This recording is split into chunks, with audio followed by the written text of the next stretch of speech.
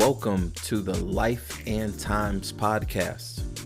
Sit back, enjoy the conversation, enjoy the vibes, and thank you for checking us out.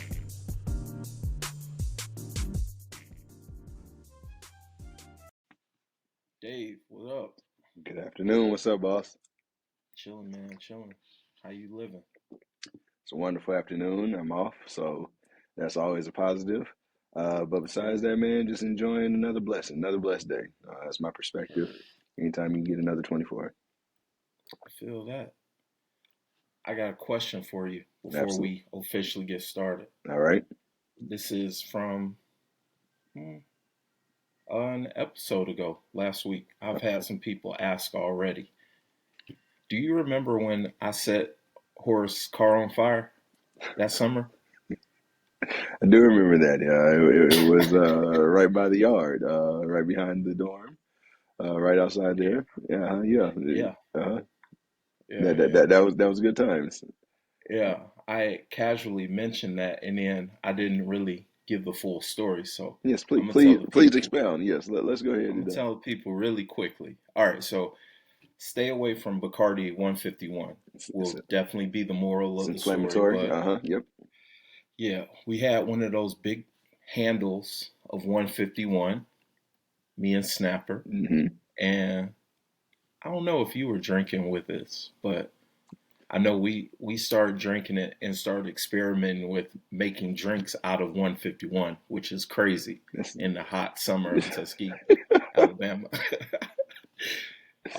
We started making like hot tea cocktails with 151 and lemon juice, and we were drinking that in the summer hmm of Tuskegee, Alabama, which is insane, and got drunk to the point where we were like, we can't drink any more alcohol, but we have to do something with said alcohol. So we had a whole bunch of empty beer bottles Some because that's what we did. just Mazel Tov, let's Mazel Tov it up. This is Mazel Tov cocktails, Exactly, All right? exactly. We Yes, we sir. start building uh, those Mazel Tov wonderful cocktails. Yep. weapons. Yeah, we Yeah, were I'm glad you put the domestic. proper name on it. Yeah, we were domestic terrorists for that day, that afternoon uh-huh. or that evening, and started lighting those things up, throwing it at that dumpster that we had, and explosion, explosion, explosion. And we had a system where either you're lighting it and handing it to your man's, and then he throws it, and then we'll switch off. Okay. And Snapper, either the I felt the wick was too short because Snapper lit it and handed it to me, and I looked at it. I was like, "Shit, this is about to explode now!" And I just chunked it, Not like looking. just to get it out my hand. And instead of it hitting the ground, Yep. Go ahead. Hit trunk of it yep. it famously got wedged in between Horace's bumper and full car Yep. vehicle, exploded, and caught on fire. So his beat up, whatever, I don't even know what kind of car it was. It was a piece of crap, man. But whatever it was, that bitch was on fire. So we had to run into your you all's apartment, get the fire extinguisher, cut that off, and it was like the biggest buzzkill possible. Yes, it was, sir. We appreciate you And we were in the living room all sitting there like. guys. What did we And the learn from sick today? part, the sick part, do you remember where Horace was? I do not. He was at the club with some girls. Some girls came and picked him up, so he wasn't even on the property. And we were all like, man, this is around the time Horace should be back from the club. And I'm just sitting there like, damn, man, This ain't gonna what be the hell good. am I going to. Not any Horace is gonna fight me type It's thing not. because It's just a bad it look for the was just homies. like, damn, man, it's gonna have to be. And I'm thinking in my head like, damn, how can I finesse out of this one? Ain't no But finesse, my boy. it ain't no finessing from this. So we hear cars pull up, and I want to say it had to be Popeye because he's messy as hell. So he cuts the TV on mute, just like, oh, there's Horace. and we hear Horace pull up, get out the car, and just start cussing like, bro, what the blah? And I'm just like, God damn it, man. And then once he gets in, I'm like, yo, that was me. don't say nothing to anybody else. That was me, and I'm gonna pay for it. I'm gonna pay for it, Oh man. man. So that summer, that's the summer I Oh got a restaurant job. yes, sir. So that's a good That segue that's a into perfect beginning, man. yeah. That's perfect So beginning. with that being said, listeners, welcome to the Life and Times podcast. I'm Adrian, and you already know it's no BS coming from me. Uh, this is episode 4, and I had to bring someone special today, man. This is, as you can hear, we've known each other for quite some time since our beloved university of good old Tuskegee You see it. University in historic Tuskegee, Alabama. You see it.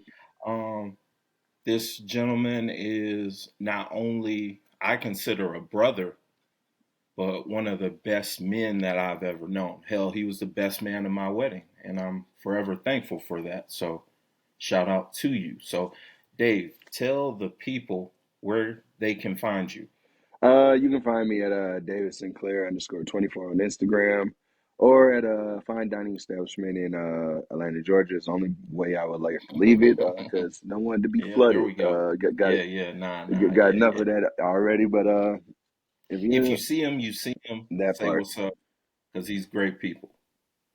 But again, welcome to the show, man. Thanks again for joining me. no man, it's an honor, and I appreciate you you allowing me to be a guest. Chop it No up a little doubt, bit. no doubt. All right, so we're gonna start this off like with something that all of us in hospitality, either current or former, something that we're really good at, and that's drinking. So, Dave, tell the people, tell the listeners, what are you drinking?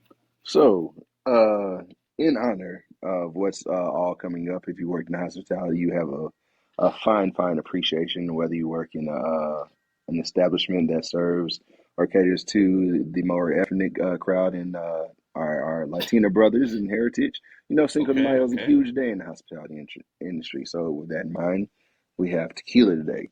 I have my Oh, Camino tequila, keeping it okay. black owned, Kevin Hart tequila. So, and keeping it in theme with the Dirty South, we're going to take a shot today in a mason Oh, jar. No cocktails, oh, just in a straight up. mason jar. Because, yeah, hospitality industry, Okay. sometimes it's just a shot to the mouth. You got to pick it up, keep it going, and do what it does. So, that in mind, And, to everybody who's watching, raise my shot. Have a good one. Shot of tequila. all right, all right. And I am drinking this Calamity Jane from Firemaker Brewery, I like it. which is right here in Midtown. So, light beer, light drinking beer. According to them, they were the proud partner of the PGA Georgia section, Okay. whatever the hell that means. So, y'all already know if it sucks, I'm gonna let you know. I try not to drink too many of these today, but cheers to you, my friend. Absolutely. I'm sorry I Much took mine. respect. It's all good, bro. It's all good. But cheers to the listeners. Thank you again. If you're a new listener, thank you for giving us an opportunity. And if you're a returning listener, shout out to you. Let's know how it tastes, And man. let's try it. Let's try it. Let's try it out.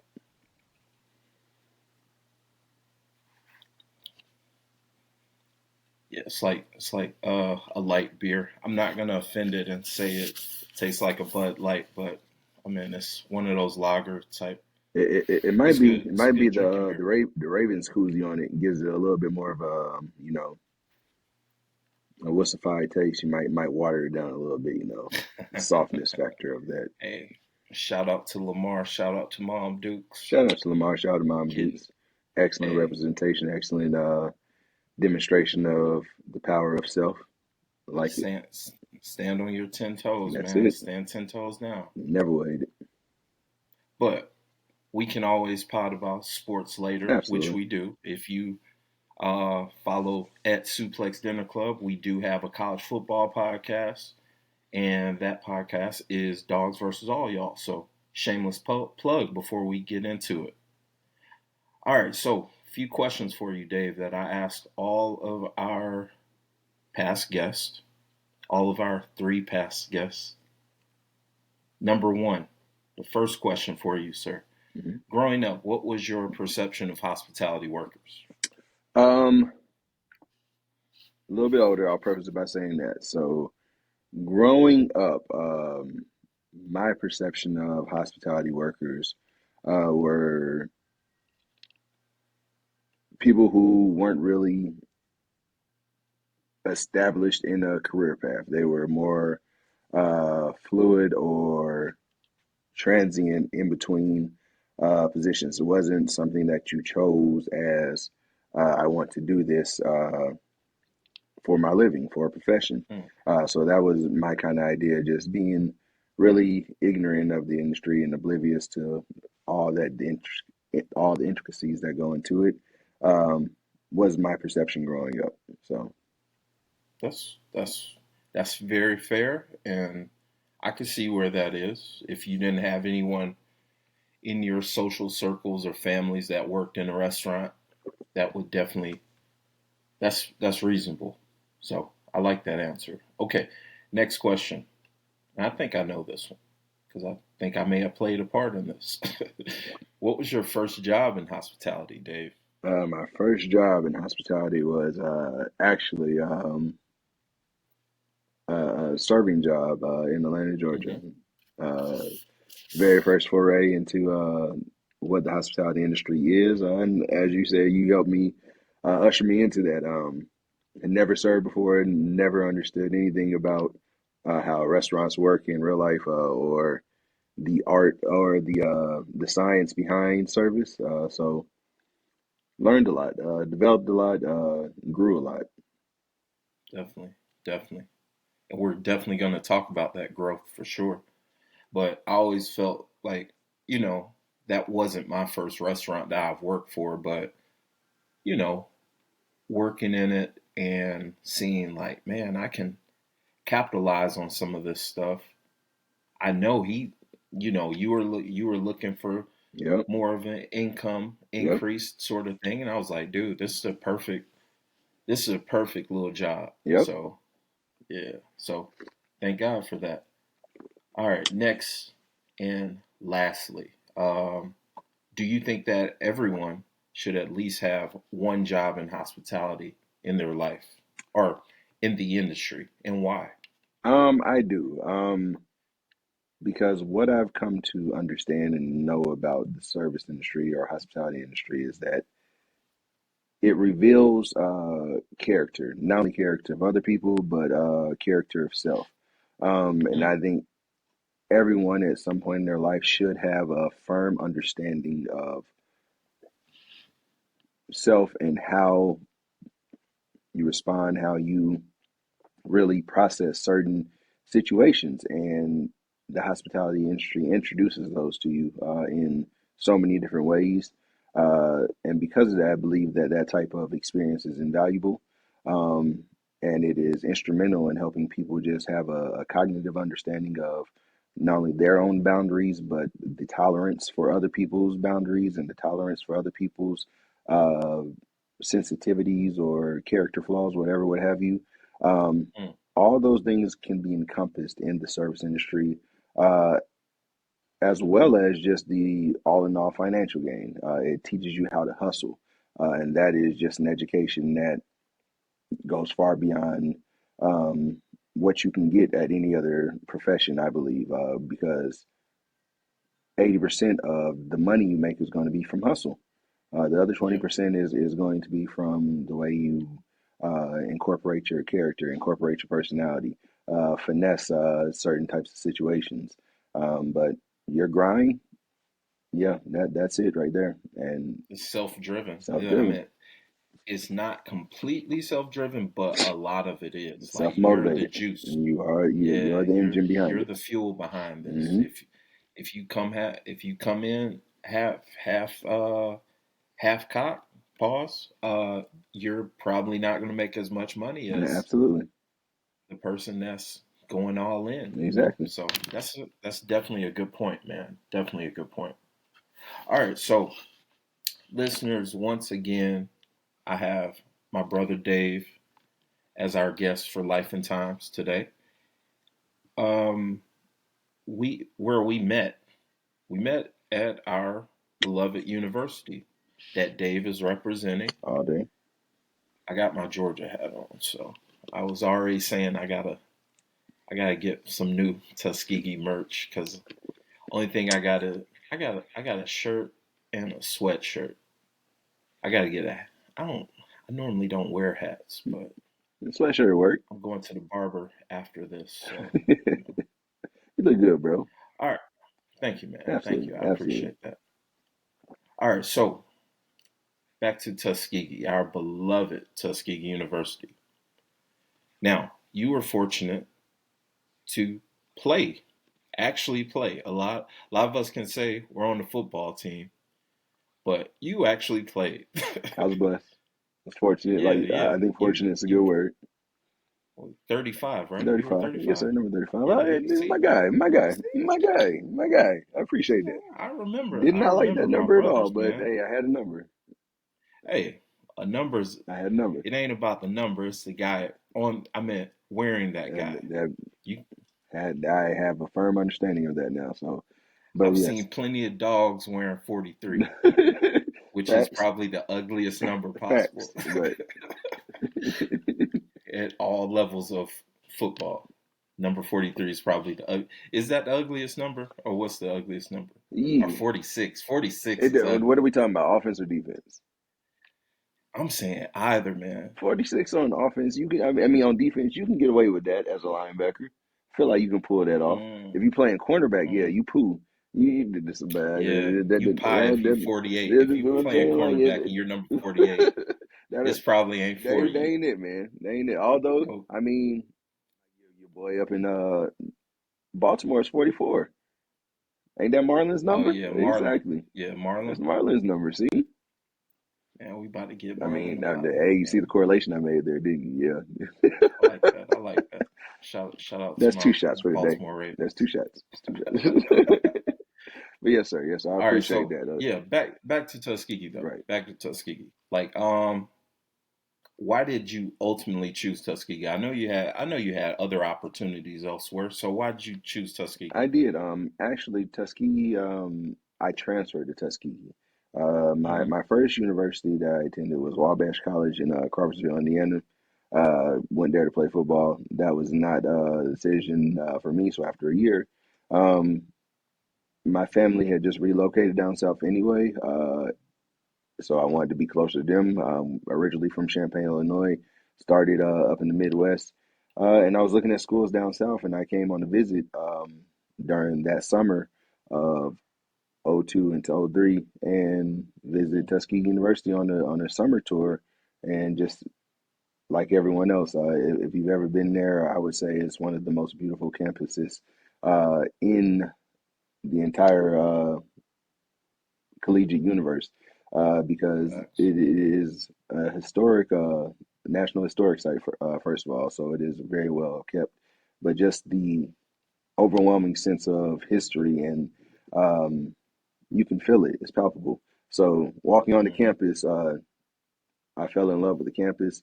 But I'm not going to front like I went there for first and foremost for academics, although I am glad I chose the academics. Their football program is amazing at Tuskegee. One of the winningest Facts. programs in all of NCAA, and it was an easy decision once you want to be a part of that. They had plenty of uh, next level attention. Several players had Hmm. just been drafted or were Hmm. getting considered for the draft the year that I D was. Flow. Yep. D Yeah. Flow, Frank Walker, shout out both those guys. Frank. Yeah. Um, Ricky Reed, all those guys were up for the draft that Oh year. yeah, yeah. Um, Ricky. So yeah, that was an exciting time to actually transfer into the university. So that's why I chose Tuskegee, and it was probably the best decision of my life. And I don't see that say that facetiously at all.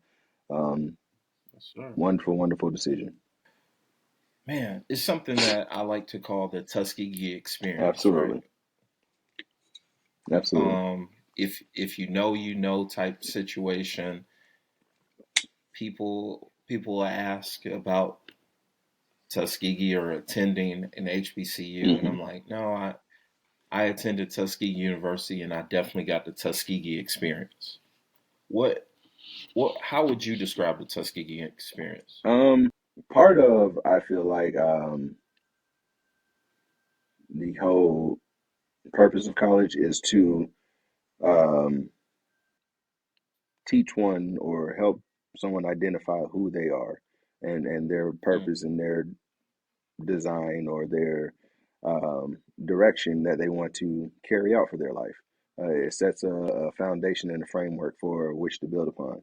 Um, Tuskegee, there's no bigger mirror that you can immerse yourself in than that Tuskegee. I feel like that is what the Tuskegee experience is about. It's a reflection of all the best parts of yourself, of who you are, your roots, what you care about, what you endeavor to do, who you want to become.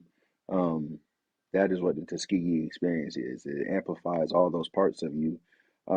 So yes, I know I'm speaking very spiritual and high level, but that's what it is.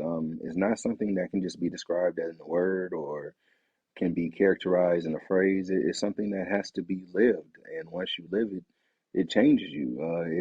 It definitely embeds something in you that rewires your framework. It becomes a part of you. And you can ask any alumna of Tuskegee, they'll give you a very similar story that, yeah, I can't put one word on it, but I know what it is. It's a feeling, it's a connection definitely. um, that each of us share. And that's what makes it so real because when you see somebody who you've never met, you can give a TU across the airport and you know the response. Right. Or you can carry on a conversation about when they were there and what the art was like, and you can feel that energy. So that's what the Tuskegee experience is to me. It's an amplification of the best parts of your soul and who you are, and it's projected back to you in friends and family and faculty, in the sports, in the education. It's Hmm. projected back at you, and it just helps to develop the person you are, who you're meant to be, who you choose to become. Definitely, definitely. I think for me, the Tuskegee experience is definitely multi-layered Yep, for sure. Uh, I would say that you know the part of the Tuskegee experience or the beauty of the Tuskegee experience is that not everything is just handed to you, absolutely. and a lot of the stuff that we had to earn, we literally had to earn it. You literally learn how how to you literally learn how to be told no Yeah, because yeah, there are a lot of challenges. There are a lot of challenges um, that either you can fold and run away, or no, I'm gonna take your no, and that's gonna motivate me to push forward, you know, or pivot. So, part of the Tuskegee experience for me was definitely like being introduced to adversity, a lot of adversity, absolutely. because I coming up prior to school, I never really had adversity. I was always at a level of some form of privilege per se, Okay, that's fair. and it wasn't until going to Tuskegee and having to wake up first thing in the morning at 6:30 to actually get it in and try to get signed up for this class or this course and that sort of Red thing, stamp certified, yes sir. or to right have those 8 o'clock Yes sir. classes, that sort of Yes thing, sir. across the campus. And I mean, not just that. That's not just part of my Tuskegee experience. Okay. Another part of my Tuskegee experience is definitely brotherhood, Yes. lifelong bonds. I was very fortunate to have met really cool people that I still interact with to this day. You being one of them.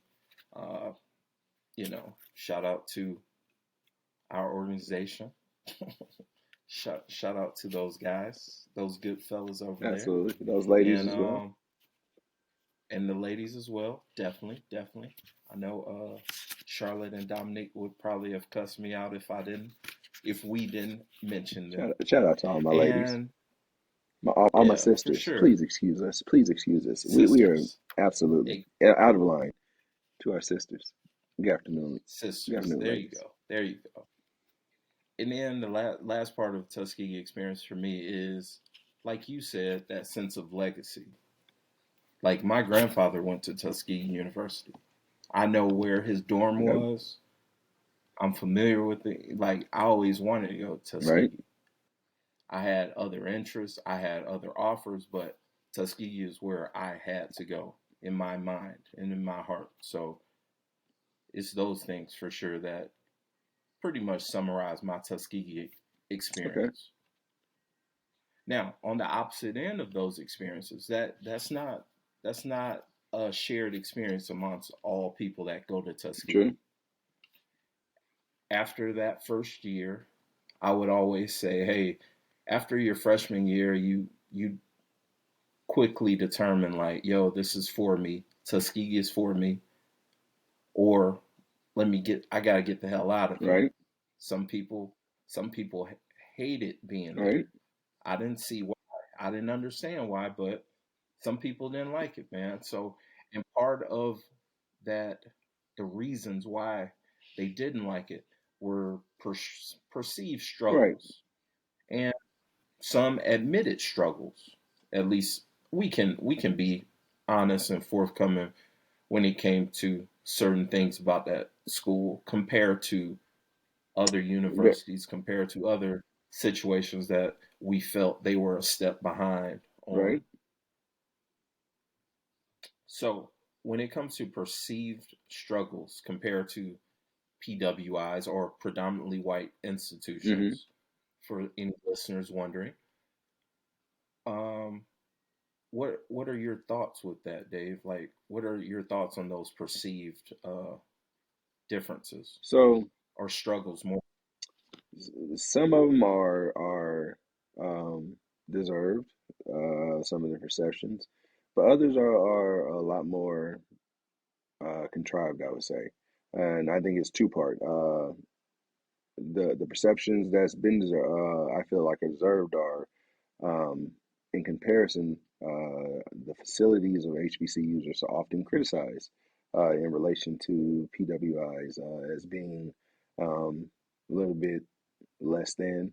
Um, some of Mm-hmm. that I feel like is just. I feel like a lot more of the financial commitment could go to the upkeep of some of the campuses across the U.S. or across the America, just on the upkeep of HBCUs and just keeping up and making them more competitive, upgrading where you can, especially in the technology department or of those type of spaces, just to make sure things are more modern and more up to date with the PWI counterparts. I think is a perception that can be changed. But the perception of a less than education, I think, is completely contrived because I feel like I agree. some of the top performers in any industry, any profession, whether it be corporate or domestic, international, are led by HBCU graduates and HBCU alumni. So I would say the education level and just being able to learn in an environment where you're not the pejorative minority.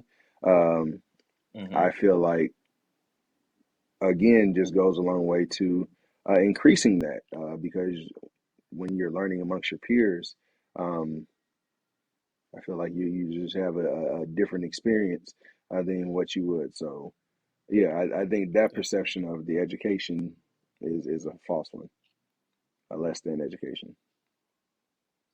What about okay? So I mean, we're both big college football fans, right? Right, And um, just recently, or a couple months ago, but still recently, right, Hall of Famer Ed Reed. He was like a quick in and out uh, tenure as head coach of Bethune Cookman absolutely. College, and part of part of what led to his Hmm. dismissal was that he, in the effort to fire people up, to say like, hey, we need to fix what's going on here. He got online, he got on Instagram, got on live, and pretty much showed like, look at all this trash over here. Look at the condition of this facility. Look at this. Look at that. And we we felt Right, him in a sense of we understand that frustration, absolutely. but the university, the people that are at the heads of those universities, they didn't share that same sentiment with us. They were Right. offended, they got Yep. upset, and long story short, they pretty much used a couple of bogus reasons To remove them. in this to get rid of Exactly. him, Hmm. to get him up out of here. So now Ed Reed is no longer coaching Bethune Cookman College. He wasn't able to even coach one game, but like that's one of those perception things where look they is so behind on. I mean, why do we have to practice on this beat up Absolutely. field, like Like that sort of thing, exactly. right? Which we're Right. familiar with, just being honest. Just honesty. So how would you advise a kid coming up that wants to go to a HBCU but looks at the perception, or hell, looks at the Hmm. condition of certain amenities, then goes down the road to a University of Florida and looks at their amenities and looks at what's going on there, and now they're trying to decide like, do I go to the HBCU? Do I go to the PWI? Like, what would be your advice to student, Um, that student I athlete? would tell the student athlete that they should consider all avenues of the next 2 to 4 years of their career and how they can best enhance themselves, not only athletically, but also personally. And in that Mm-hmm. regard, I don't think they can make a better decision than to attend an HBCU. Now, that being said, I would tell them that program matters. So I would not direct them to a program that has not addressed their facilities and the seriousness that they claim to have about their program. That being said, shout out to Tuskegee University, recent renovations that's been done, all the upgrades. Yes. They're not the only one. Alabama State has amazing facilities. North Carolina A&T, amazing facilities. Mm-hmm. Jackson State, you see the work they just done. So I think that Mm-hmm. it puts it back on the university to show a commitment to their programs and how serious they take their programs. Because the student athletes, that's one of the things that they're looking for. That's a competitive advantage um, when you're Right. making the decision about your future. The strength and conditioning program that I get at PWI is on par with that I get with HBCU. Some of the programs can say yes, yes they can. They can show the state of the art weight rooms. They can show the strength and conditioning coach full time. They can show the nutritional plans. So Mm-hmm. I would tell the student athlete to compare it in that regards, apples to apples. There is real power and real um, I would say forward momentum and energy when people get behind the cause and really commit to it. Most recent example of that is Fish University and their gymnastics program. Um, 2 years ago, there was no gymnastics program, and now they're competing on the NCAA level because of the energy and momentum that these young ladies had. So, if the student athlete really wants to Nice. grow both athletically and personally, you attend the HBCU, and you Mm, grow as a person. You educate yourself as an individual. You learn that in adversity, like you were talking about, both on and off the competitive field. But you learn it in an environment where you're immersed with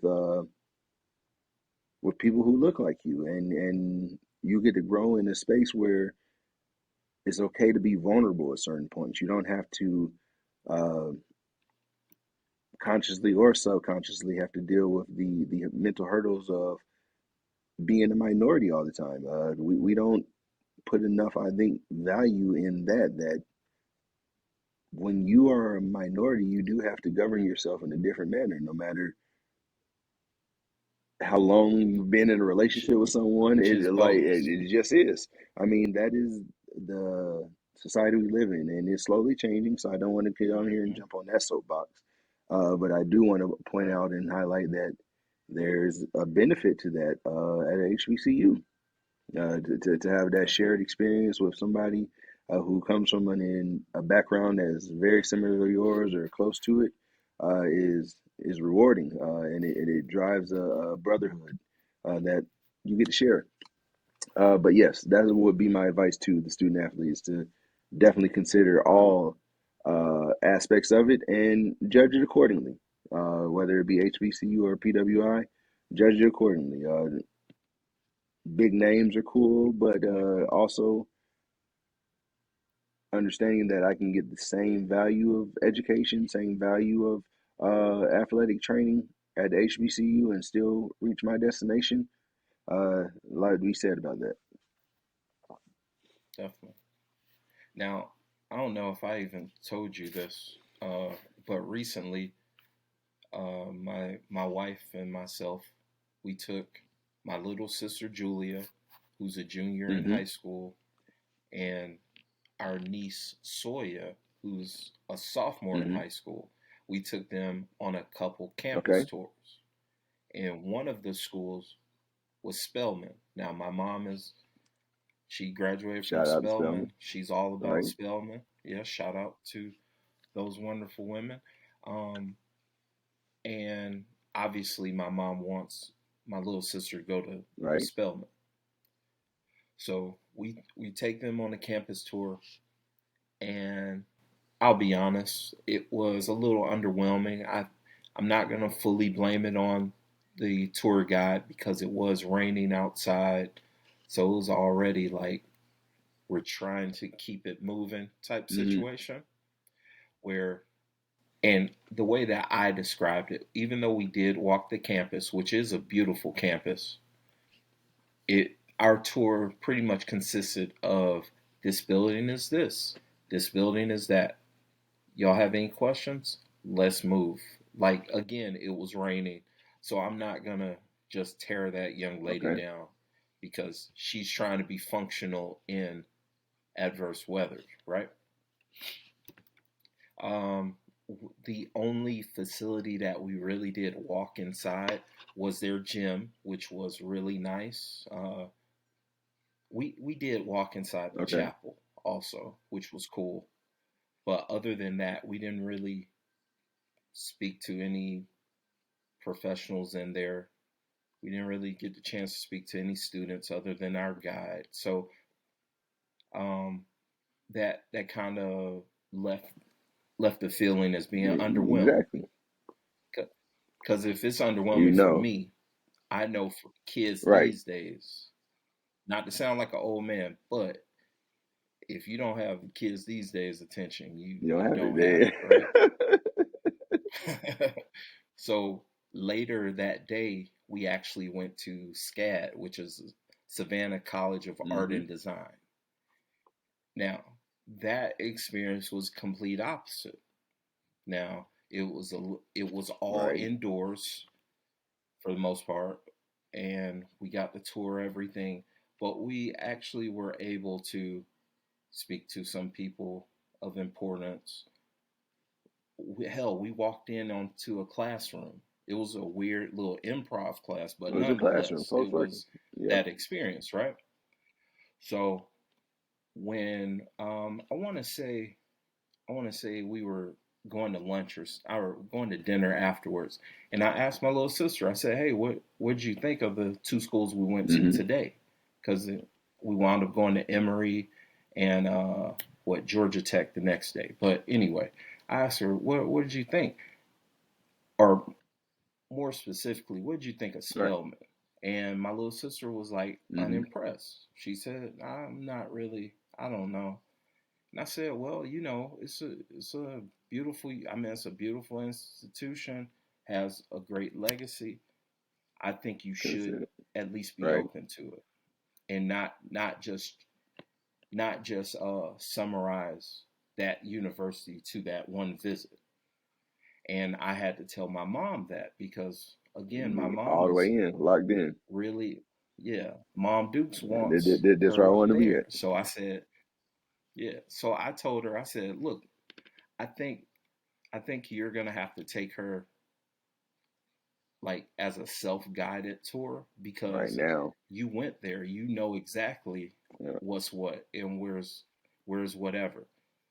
And to compare the two of SCAD and Spelman, SCAD is a school that they raise people to design these kind of presentations. Like a college tour should be perfected. It should be overly perfected from SCAD because they're into art and design and they're into what's going to get your attention, Hmm. like a lot of marketing, a lot of media and all of that. People come from SCAD and they're working within those ranks. So, and I had to explain that to my little sister like, hey, this, you got to understand, they go to school for Right. this purpose of making sure that everything looks good Right. and sweet. That's their whole. So, Right. right. The whole But objective. exactly, exactly. But I told her, I said, you know, there's there's something about I want you to go get an education wherever, but I would prefer you go to HBCU for undergrad just because there's a factor that PWIs And can't that. match, and that's a sense of community and support. You have conversations. I don't know if you have, but I have for sure.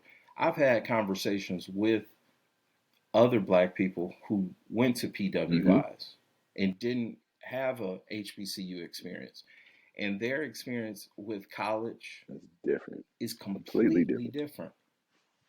They don't talk to anybody they went to Nope. school with. They don't want to go to any reunions because they don't have that sense of community Homecoming and is not a support. thing. Like, Exactly. Homecoming is definitely not a thing unless your team is like right. cold, you know what I'm saying? But when it comes to HBCUs, we we have that sense of connection Yes. with Your each other. family. And like I said, everything's not sweet. Everything's not just lined up for you.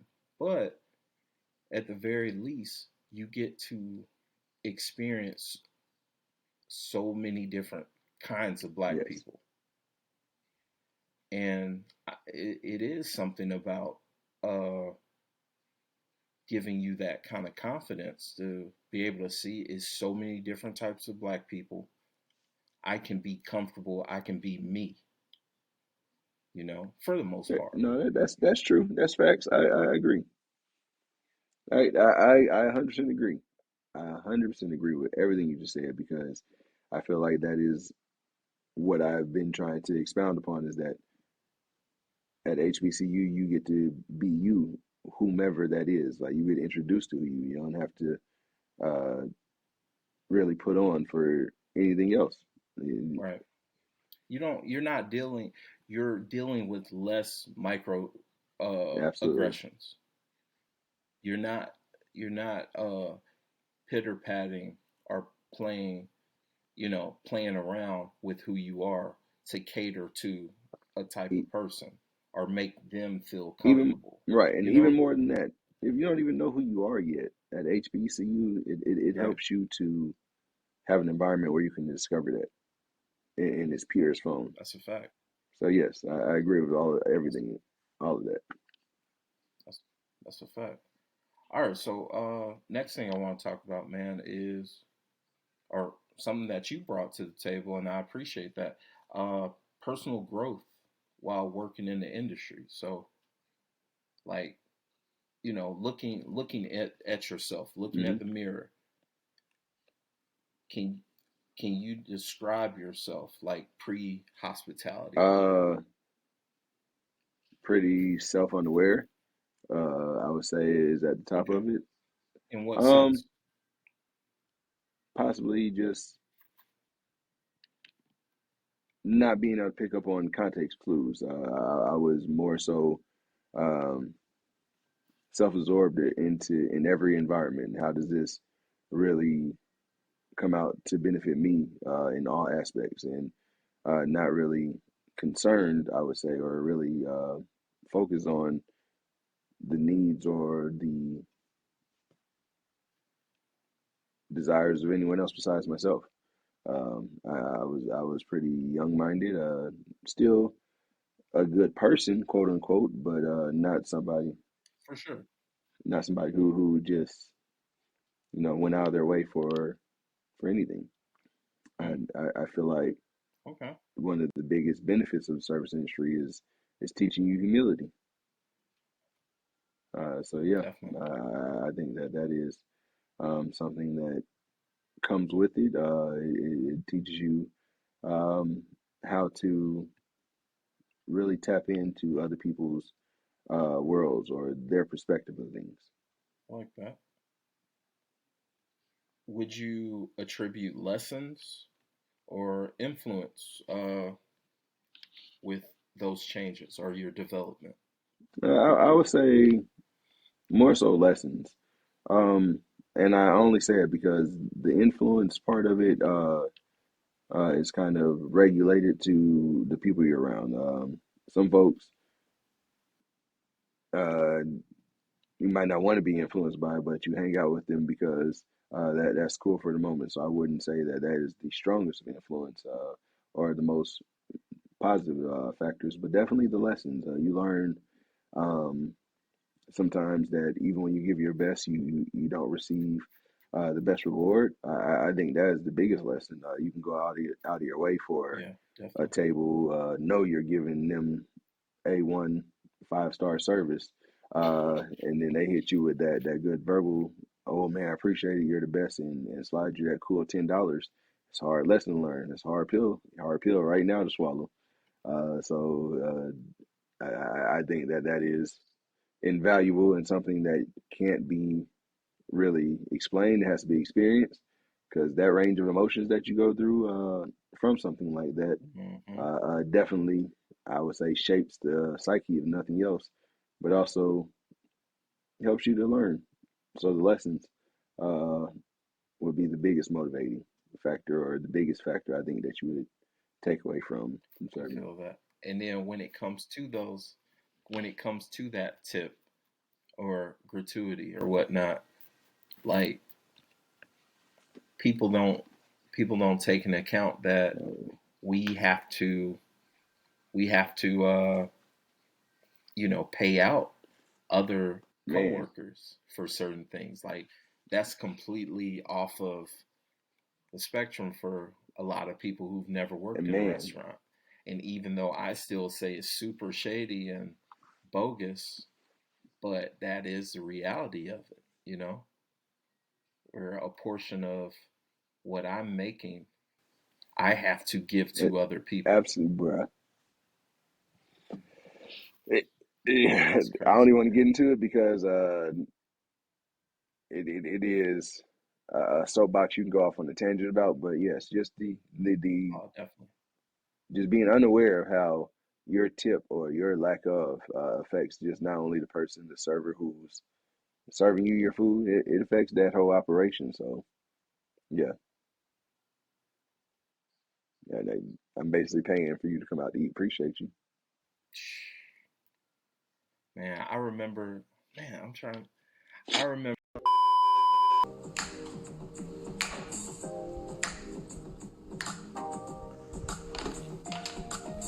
What's going on? What's going on? We're back. All right, listeners. Due to some technical difficulties, we we have to go ahead and finish up this podcast in another time. That's what we're gonna say. That's the best way of saying it. All right, so Dave, man, we always end off the podcast with two things in particular. So first, we have a question from last week's guest Okay. to you, Okay. and after that, you're gonna pretty much give us a question for next week's guest. So if Okay. you're ready, I'm gonna go and get it to you. Let's All right, let's so go. cool. So from last week's guest, Justin, shout out to Justin. If you haven't seen last week's podcast, please check it out. His question to you, Dave. Okay. Where were you when Brock Lesnar beat The Undertaker? And just for context, back at WrestleMania 30, that was Mm-hmm. WrestleMania 30 in New Orleans. The date was April 6, 2014. That was around the time. Um, Also, just so people who aren't wrestling fans, I know Dave knows this because at one point or another he was a wrestling fan. Absolutely.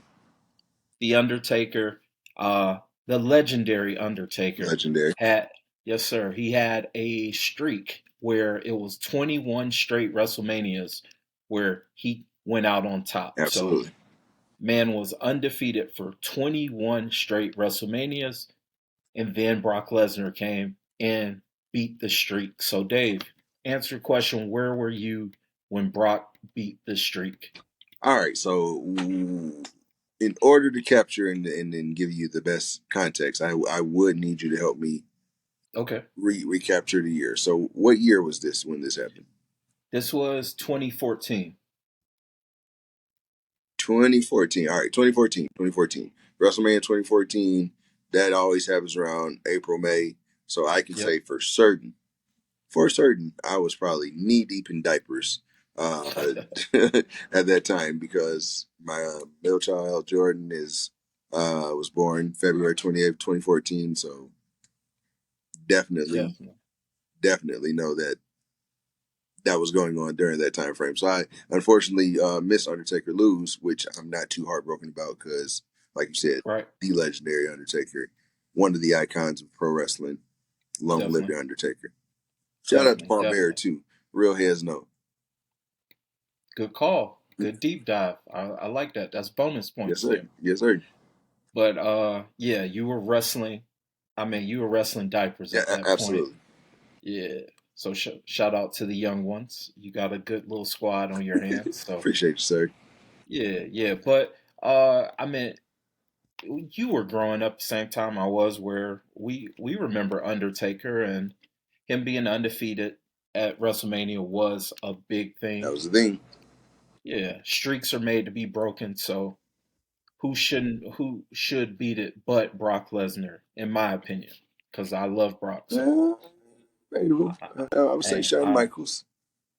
yeah, he Taker retired Sean, so That's what I'm saying. Exactly. Scripted. one of Little. now we're bringing up it being scripted. That's all good. It's all good. All right, so Dave, what is your question for next week's guest, bro? All right. My question for next week's guest, thought a little bit about it, put some thought into it. Wanted to go, a little bit beneath the surface, not just keep it superficial, but kind of introspective. My question is, what three words would you use to describe the person you want to be? I like that. I like that. All right, so I'm looking forward to what next week's guest is gonna give for their answer. So thank you for that All right. contribution. Speaking of contributions, Dave, we always have to add two tracks or two vibes to the Life and Times playlist. Okay. Now, listeners, once again, the Life and Times playlist, you can find it on Spotify.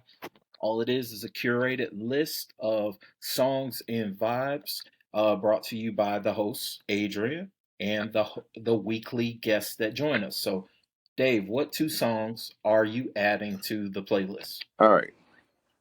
Two songs for the playlist. Mm-hmm. I'm gonna keep it real funky. Okay. First track is gonna be Nas "If I Ruled the World," featuring Nice, Lauryn Hill. nice. Classic bop. Anytime you put it on, puts you right in the mindset, right in the vibe, and that hey, we're all kings anyway. We kings, so that's what we're Facts, all right. facts. I like And then that. the second one is definitely shout out to our college area. Um, slower track, John Legend, Ordinary People. Mm, that constantly There's a bonus played. question. Where were you when John Legend, Ordinary People came out? And who was your flame at the That's time? that's That hey, man, we can pod about that later. yes, sir. All right, I like those. I like those. Okay, so I'm a I'm gonna stick Yeah. with the college vibes of something that we were listening to. I'm gonna say OutKast, She Lives in My Lap is my Okay. first edition. That was a classic. That was the Love Below, Yes. which was Andre's side of that Yep. double disc album. That was like one of the first concept albums that I really, Okay. really got into. It was completely different, completely left field, and I loved it.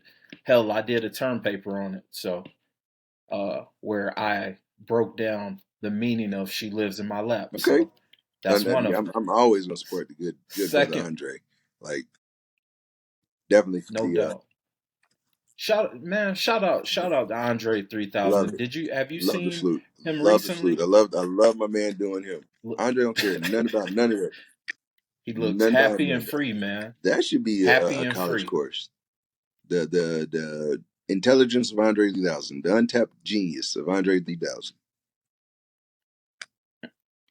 Yeah, have Right. him go in Come and teach a teach a lesson, bro. lecture I'm trying on to tell you. happiness and finding happiness because it's crazy. He can disappear. He can disappear.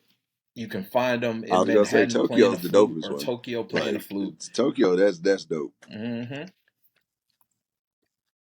Mm-hmm. And then pop up on a random album and While I'm just show still y'all why he's 3000. Like still the while greatest, I'm one of the your greatest. favorite rapper's top 5. So that part. Correct. Correct. And the second addition to the playlist, I'm gonna say is Fela Kuti, and I'm gonna say Zombie. Check it out. Put this Fela on, Adrian. Kuti, Put this on. Zombie. I said put this on. Very deep song. Oh yeah, yeah. Very, very one of my favorites. The father of Afrobeat, intellectually, uh, intellectually political musicians of all time. So shout out to him, very much so. So those are our additions. They, of Phil, this is dope, man. Definitely awesome platform. Thank you for course, giving us the opportunity of to course, share some of our experience, to get on here and just, chop it up. To to spend some time with my bro. So I yes, appreciate it. sir. Hopefully it was fun. Hopefully it was uh, enjoyable for the people as well. So shout out to the viewers. It was, Suplex Dinner Club still going it strong, was, man. and look forward to the future. Yes, sir. Yes, sir. Well, listeners, thank you all again for checking us out. Uh, on Mondays, we talk college football, dogs versus all y'all. Wednesdays, you know the vibes, is the Life and Times podcast. I got to definitely shout out on Thursdays. We're all Marks Anyways podcast. We talk pro wrestling, hip hop, life, all that good stuff. And of course, follow us on Instagram and YouTube at Suplex Dinner Club. So videos and visuals are gonna start being released at the end of this week. So thank you again for spending that little time with us. Dave, thank you again for being our guest of episode 4. And shout out to the people. Y'all have a So. great week, and we will see you next week. Peace.